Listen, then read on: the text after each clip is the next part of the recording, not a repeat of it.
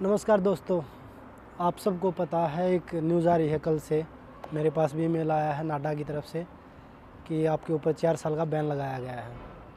तो मैं पूरे देशवासियों को भी बताना चाहता हूं कि जो नाडा का व्यवहार है पिछले 13 दिसंबर 2023 को वो मेरे पास आए थे। 15 को मैंने सोशल मीडिया पे एक पोस्ट डाला था कि एक्सपायरी किट लेके वो मेरे पास आए हैं, लेकिन मैंने उसके जो एक्सपायरी किट का जो पूरा मुद्दा था उसके ऊपर मैंने एक पूरा वीडियो बनाया। उसमें मैंने पूरी किट दिखाई कि ये किट किस दिन एक्सपायरी हुई है। लेकिन उसके बावजूद मैंने नाडा के पास दिसंबर से लेकर मार्च 10 तक 3 से 4 मेल किए कि भाई इस चीज़ का मुझे जवाब चाहिए, इसके ऊपर आपने क्या कार्रवाई की है। और जो डीसीओ मेरे पास उस दिन डोप लेने के लिए आया था वो 3 से 4 बार पहले भी मेरा डोप टेस्ट लेके जा चुका है। और पूरे हरियाणा में वो खुद बता रहा था ये चीज़ें कि पूरे हरियाणा में मैं ही सभी खिलाड़ियों का डोप टेस्ट करने के लिए आता हूँ। लेकिन उसके बावजूद हमारे को कोई भी इन्फॉर्मेशन नहीं दी गई कि भाई आप के ऊपर जो ये चीज़ें हुई हैं, जो ये एक्सपायरी किट का हुआ है, उसका हमें कोई जवाब नहीं दिया गया, आज तक भी नहीं दिया गया है।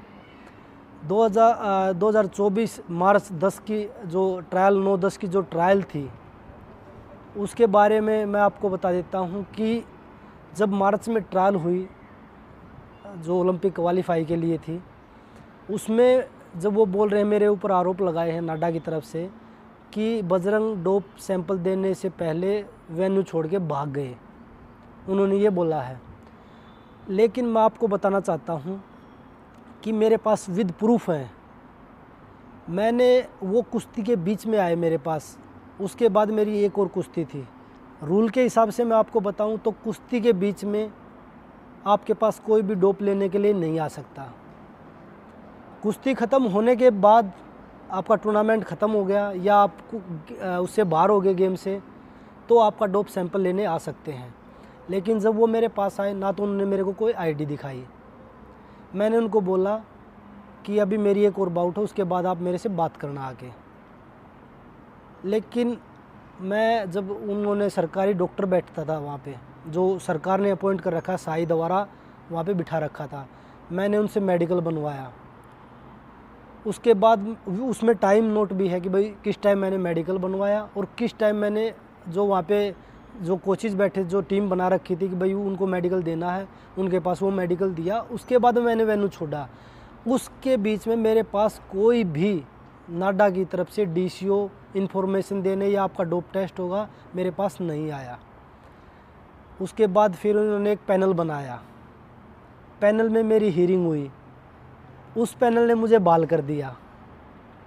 उसके बाद दोबारा से 1-2 महीने बहाल करने के बाद दोबारा से फिर एक और पैनल बनाया गया, मुझे फिर सस्पेंड कर दिया गया। उसके बाद मैंने अभी पैनल में जो जवाब दिए, उसके बाद पैनल का कल डिसीजन आया कि आपके ऊपर 4 साल का बैन लगा रहे हैं। लगा नहीं रहे, लगा दिया है। तो मैं पैनल से पहले वो बहाल करते हैं, फिर दूसरा पैनल बनाते हैं, उसमें फिर सस्पेंड कर देते हैं, फिर वो बैन लगा देते हैं। तो मैं आपके माध्यम से ये पूछना चाहता हूँ कि क्या ये कसूर महिला खिलाड़ियों के साथ खड़े होने का है कि भाई हम उनके साथ क्यों खड़े हुए। ये पूरा आंदोलन के टाइम से ही चल रहा है। आंदोलन के समय जब हम प्रोटेस्ट कर रहे थे महिला खिलाड़ियों के साथ में, उस समय मेरा 6 बार सैंपल हुआ और मैंने एक बार भी मना नहीं किया। उस समय भी हम टूर्नामेंट नहीं खेल रहे थे। अगर हमारे मन में ये चीज़ें होती तो हम उस समय भी मना कर देते, लेकिन तब भी हमने बोला था कि हमें टारगेट किया जा रहा है सरकार के द्वारा।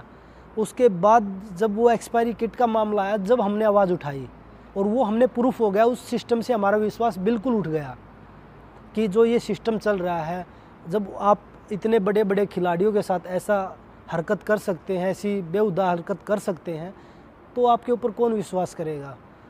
जो आप ब्लड सैंपल की जो किट लेके आए थे, जो इंजेक्शन, अगर मैं मेडिकली बोलूँ, जो इंजेक्शन आप एक्सपायरी हो रहे हैं वो मेडिकल हिसाब से भी हम नहीं लगा सकते। टेस्ट लेने की तो दूर की बात है, डोप को हटा दे तो मेडिकल सिस्टम में भी अगर कोई एक्सपायरी किट है तो उसको हम यूज़ नहीं कर सकते। आप तो उसमें खिलाड़ियों का सैंपल लेने आए हैं, उस सैंपल के अंदर हमारी पूरी लाइफ, गेम की पूरी लाइफ रहती है। अगर कोई खिलाड़ी सैंपल में आता है तो उसका पूरा करियर ख़राब हो जाता है। लेकिन मुझे लगता है कि प्रोटेस्ट की वजह से खिलाड़ियों को टारगेट किया जा रहा है, क्योंकि 1-2 महिला खिलाड़ियों के पास भी ये चीज़ें आई कि आपके पास डोप वाले आए होंगे। आपको एक चीज़ और बता देता हूँ, जब डोप वाले आते हैं तो हमें खुद पता नहीं होता कि आज हमारे पास डोप वाले आएंगे, लेकिन जो बृजभूषण के जो लोग थे उनको ये चीज़ें पता रहती हैं कि आज आपके पास डोप वाले आए हैं। अगर आप इस चीज़ से पीछे नहीं हटोगे तो आप डोप में भी फंस सकते हो। तो ये बड़ी शर्म की बात है हमारे देश में कि जो देश की बेटियां अपने लिए न्याय मांग रही थी, जो किसान भाई अपने लिए न्याय मांग रहे हैं कि भाई हमें अपनी फसल का न्यूनतम मूल्य दीजिए, उनको न्याय नहीं मिला, उनको लाठी डंडे मिल रहे हैं, उनको रोड पे घसीटा जा रहा है। और उसके बाद हमें डरा धमका के, सरकार ये चाह रही है कि हम डरा के धमका के हम इन लोगों को पीछे कर देंगे।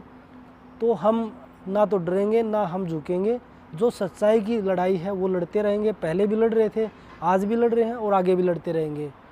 तो ये लड़ाई जो है, आज भी मैं कोर्ट में लड़ रहा हूँ, कल मेरी केस की हियरिंग है कोर्ट में, उसके बाद मैं केस में भी इसको अपील करूँगा, जहाँ पे ये सारे डोप के मामले जो लोग देखते हैं बाहर विदेश में, वहाँ पे भी मैं इसकी अपील करूँगा। मैं लास्ट तक अपनी ये लड़ाई लड़ूंगा। मेरे पास सारे प्रूफ हैं और सब प्रूफ के साथ मैं आगे बढ़ूँगा, क्योंकि हम सच्चाई को दबा सकते हैं, छुपा नहीं सकते, लेकिन वो सच्चाई एक दिन देश के सामने हम ला कर रहेंगे।